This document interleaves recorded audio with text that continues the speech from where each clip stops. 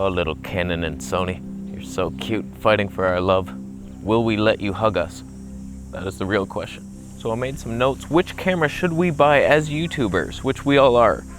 The Canon, it's not just a washout Sony A7S III, the obvious for video. There are some reasons to get the Canons, little cripply Canons. That hammer, he fights on hard. So let's talk about the pros and cons of each system, the R5, R6, and Sony A7S III. Which one would I buy if I had $4,000? All I want is the perfect camera.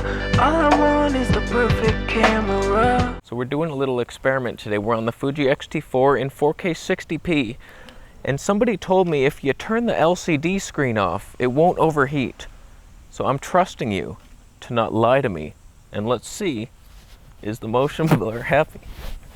We're using the kit lens, 18mm with a 1.29 times crop. That's our focal length, if you're wondering. This is my widest lens with autofocus. I wanted to use it to test the autofocus. Someone also said it was better in 4K 60p. Is it? You're a lunatic, you're a lunatic, you're a lunatic.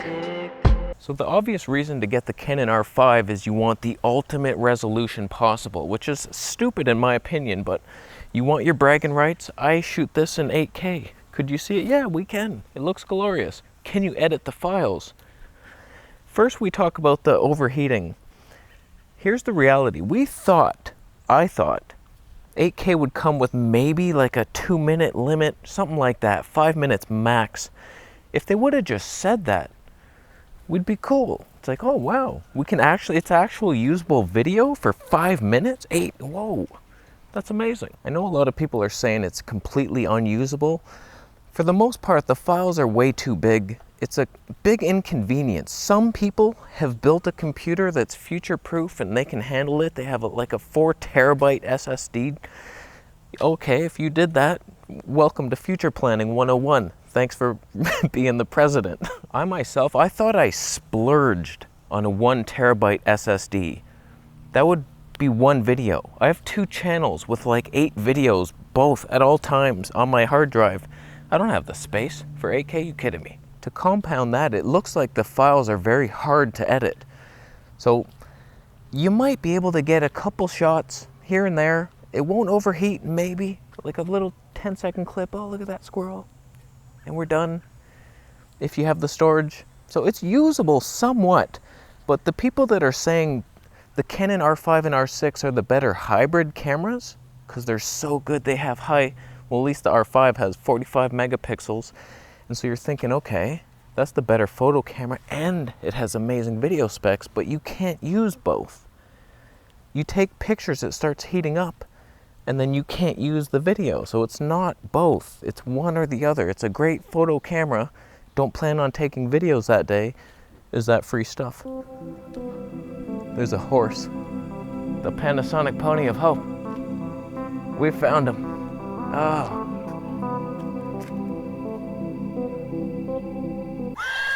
Oh God. Not gonna lie, I want that. I can't tell if he's in focus because the LCD screen's off. I could look into the viewfinder. Oh, I'm getting eye cancer. So to be a true hybrid camera, your camera can't turn off after 8 minutes of taking squirrel photos, which I plan to do. For example, there's a, oh God, he ran away. Oh, you ran, Timmy. Why'd you do it? This really sucks not having the LCD screen. Did I get him? So unless you absolutely need 8K, which I can barely tell the difference, it looks a little sharper, but I'm watching on a, what, 2.7K screen? You can't see it. The reality that faces Canon users, even the high quality oversampled 4K will overheat eventually. So if you want complete reliability, you want to go shoot, you're getting line skipped 4K for like $6,100. It's so expensive to get EOS R quality video. It's still, honestly, it'll probably look good enough. It'll probably look better than this. It might. It just seems like a lot to pay for a poor quality 4K when you could get the Sony A7S III and have completely reliable 4K. So I think I lean towards the Sony on that one. But when it comes to stabilization, the Canon's superior. Even with the active crop of the Sony, from what I've seen, I wait till I test it myself. But from the scrubs out there on YouTube, they're showing Canon's better, and they don't have a crop. So if, technically, you're vlogging with a full frame camera for some reason, you want the best stabilization, no crop, Canon's the way to go. And then you film in your scrub mode, line skipping, it'll look good enough. Technically, that could be the better choice for vlogging. If you could even edit the files, which it looks like it's really hard if you want the top quality, forget it. Even the 10-bit 422, no. 420, some computers can handle that. Although Sony could be the same way. Until I get them, I struggle a bit with the Fuji files. The H.265, it's bullshit.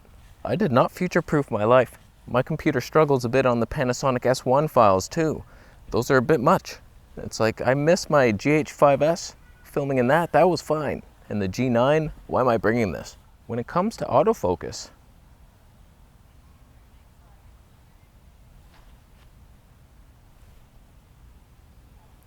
Canon, I think, has edged out Sony now. They're sticky. They got that animal eye detect that picks up things before you can even see it.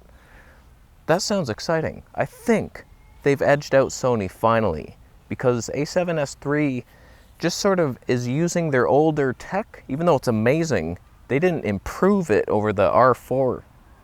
They did not. So Canon has the smoothness of the dual pixel. Can you even imagine it? But now they also have the speed and the accuracy and the stickiness. Although it will catch fire, you'll be in focus, in your fire. Both of them are so good that it should be a wash, but Canon might have the edge now. When it comes to low light, first let me just get this off my chest. People are shooting videos at like 100,000 ISO. It's like, look what we can do. It looks like trash. It looks like absolute trash. Why are you shooting that? Even 50,000 ISO, it's like, colors are now gray, noise everywhere. It's like, oh, I can denoise it. Yeah, spend time in a babysitter's house, bitch. I don't think I've ever gone above ISO 3200 on purpose. Like, why would you need it? Where are you filming? Nobody vlogs at night. At least I don't. I go to bed by 9:30 p.m. I'm 90 years old, inside. I think in normal use cases, all cameras are going to be just fine enough. All of them, Canon and Sony. Sony will have the edge in absolute extreme loser mode, which you would never be in. Why would you do it? You would never do it. One major advantage of the Canon, they have the better screen. I still don't understand why Sony crippled the screen so hard. It's like barely better than their A7 III. You can't really see, but to be fair, you're gonna be in focus on Sony. You don't really need to judge focus on that screen. You'll see the zebras. It's like, do you really need it? It would have been nice. My dream camera would have been the A7S III removing the EVF completely. That would have shaved off 50 pounds and been much cheaper. There you go. Then that would really piss off photographers. Photographer. Stacy, I want you to hold the Canon R5 in your left hand and a match in the other. We're so symbolic.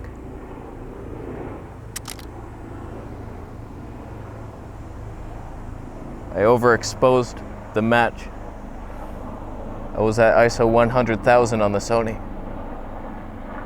I don't hear the helicopter. Do you hear it?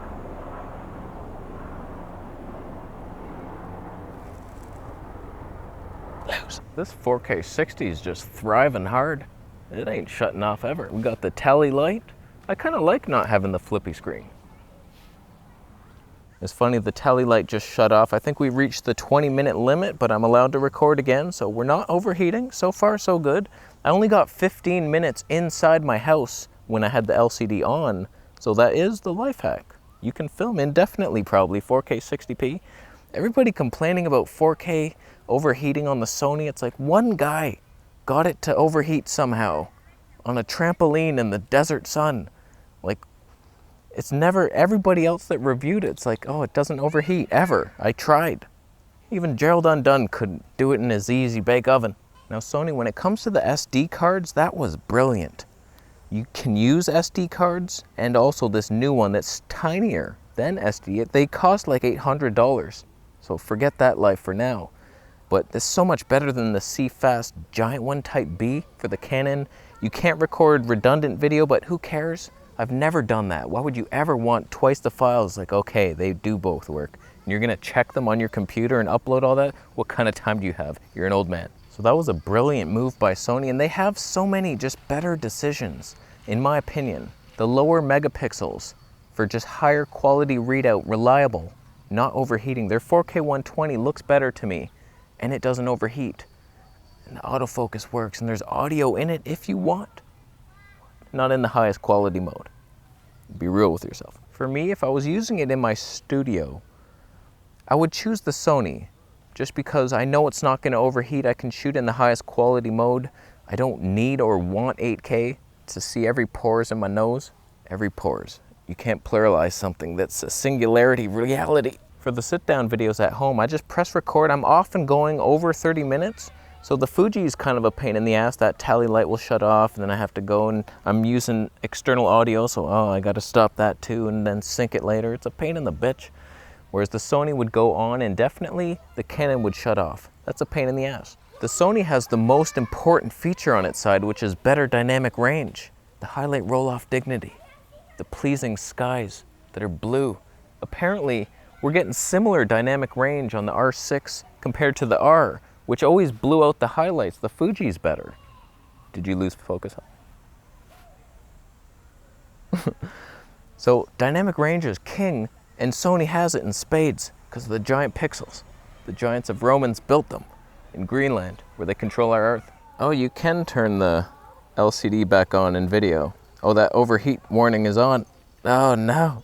Oh, turn the LCD off. It all comes down to stabilization. In my opinion, if you're going to use it for vlogging, which you shouldn't, I'd much rather go with the Fuji or even Micro Four Thirds. Until I test the cameras, I won't know for sure. I should have taken Gerald up on his offer. He offered to bring me the A7S III and the Canon to test. And I was like, the Sony rep said he's going to get me one. So I was like, oh, don't worry, it's on its way. But then he's like, oh, we only have 15 of them that we're spreading around the world, and I'm a D-list YouTuber. And I ain't getting them for 14 weeks. Camera Canada sent me the 20mm f1.8. Tone it.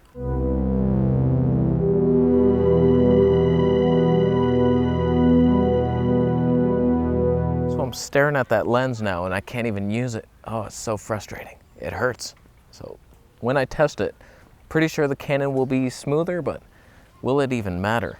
I know for sure if you use the kit lens, which is stabilized, you'll get a decent shot, but that'll be a crop similar to this, which is a bit much. And that 16 to 35 is too heavy.